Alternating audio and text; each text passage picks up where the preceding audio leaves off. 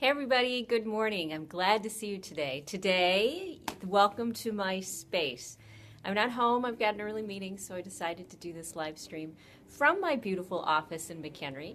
And I'm so glad that you're here. How wonderful is that? So let me give you a quick 360 of what my space looks like. It goes way back there. There we go. Now I'm back. It goes way back there, and I've got my office space back there too. So what's today's topic? Today's topic, we've been covering different mental maps, different new ideas to move us in a really positive direction, mentally, physically, emotionally, spiritually, metaphysically, whatever it is. Hey, Mary Jane. So we've been covering the book Opportunity by Eben Pagan. And the thing I love about this book is it's got so many different mental models from people who are highly successful, the rules, the maps that they live by. And so we've been covering these different maps. Hey, Ann, great to see you. We've been covering these different maps so we can start to rewire our brain and rewire our thinking. You know, we look at the world through the map that we created when we were a kid. And if we were smart, hey, Jeannie, if we were smart, then we revisited these as we got older. We looked at what we believed and we decided for ourselves what we believed instead of waiting and letting other people tell us, like news media or friends or family. We decide for ourselves. So today's title is If You're Not First, You're Last. The reason I picked this title is because I'm in Northern Illinois, which means that we're in the Midwest of the U.S., and that means NASCAR. That means stock car racing. In fact, to the point that my dad used to drive a stock car too when I was a kid. So of course, you know, because racing and driving is, you know, kind of a part of the culture around here that I am a part of as well. There's a movie that came out that really struck me funny. It was called Talladega Nights. And it was, you know, a spoof on race car driving. And one of the lines was, if you're not first, you're last. And that speaks really well to the topic today. You know, so the line was used as in racing. You know, if you're not going to be first, then you're a complete loser. If you don't come in number one, then what does it matter? Because then you're last. Only the first place matters. Now, that actually is a strong mindset that a lot of people carry, is that if I'm not first, if I'm not the best, if I'm not perfect, then it doesn't matter. Why do I bother? I remember my dad talking to me and saying things, you know, if you're not going to do a good job, if you're not going to do, you know, if you're not going to do it right, basically, if you're not going to do it right, then don't do it at all. And right meant, you know, following a specific guidelines of how things should be done, the rule book of the world. And so I think most of us, especially most of us who watch and engage with these videos, that's the sort of thing that was ingrained in us. You know, that if you're not perfect, if you're not the perfect little girl, if you're not the perfect, you know, person, if you don't follow all of the unspoken rules, all the rules which are out there, which nobody tells you about, then you're last. Then, you know, your value, your self-worth goes down. So this mindset is something that's been keeping a lot of us down for a long time. In fact, I had a close friend of mine who was Native American, and he would talk about the crab effect, crabs in a bucket. And it was about how when one crab started to try to climb out, none of the crabs ever escaped because the other crabs would pull them back down. And this is what these mindsets are about. The mindset of the group think, you know, group community, environment think, keeping us in our place, keeping us from, hey, Dab, nice to see you, keeping us from thinking outside of our box. So I'd like you to consider, hey, Kathy, I'd like you to consider this idea.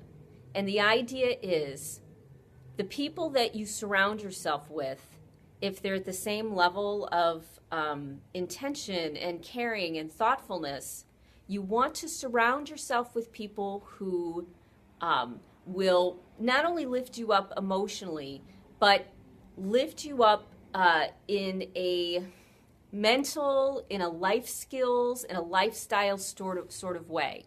if you want to get really good at what you do, you have to get out of the mindset of if you're not first, you're last, or that you need to be perfect, and into the mindset of how do I surround myself with people who have gifts and skills that I want to have, which I don't have yet, which I want to develop.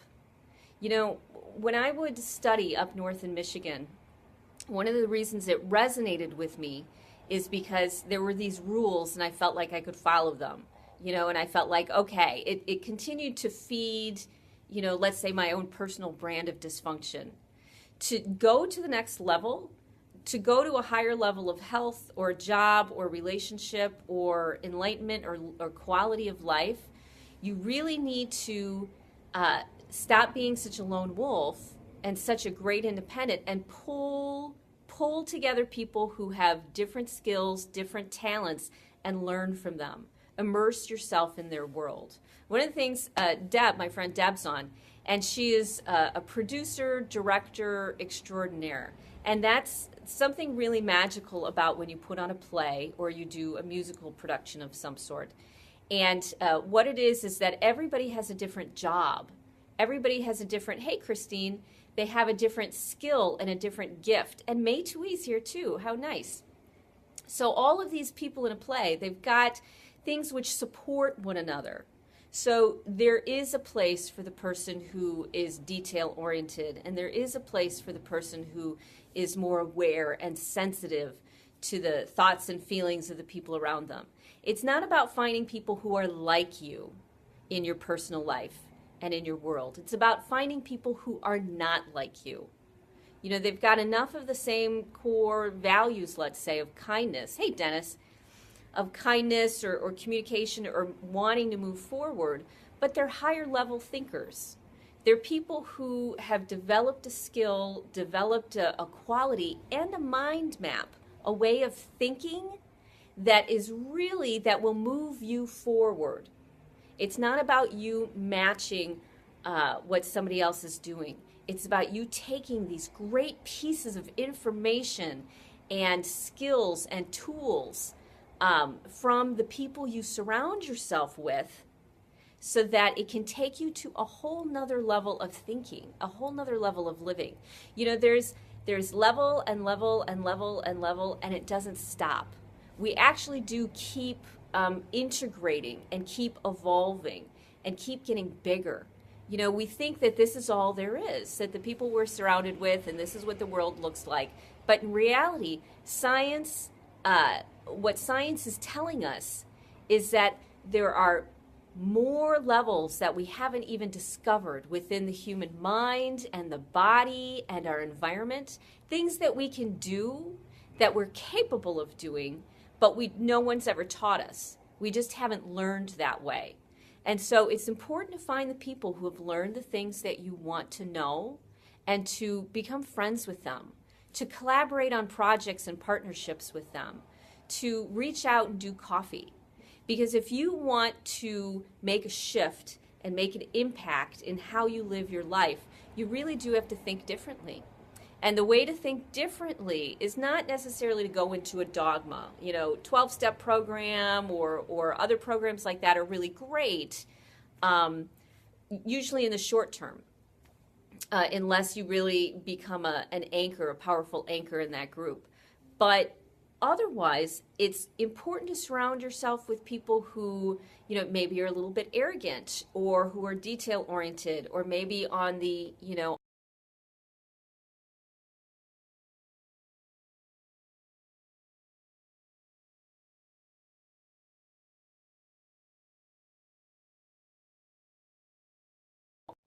there we go. So, or maybe on the autism spectrum. So that's your homework assignment today. I want you to look at an area of your life that you really know you keep getting stuck. Take about 10-15 minutes and find an area where you feel stuck in. It could be health, it could be thinking, it could be emotions, it could be finances, whatever it may be. And look in your world, look around you, and find somebody you've always, you know, that you admire for their skill, no matter what their personality is. Maybe maybe they're a complete jerk. Maybe they are self-absorbed. Maybe they're a little crazy, a little on the weird side. But remember, you're you. You're fine.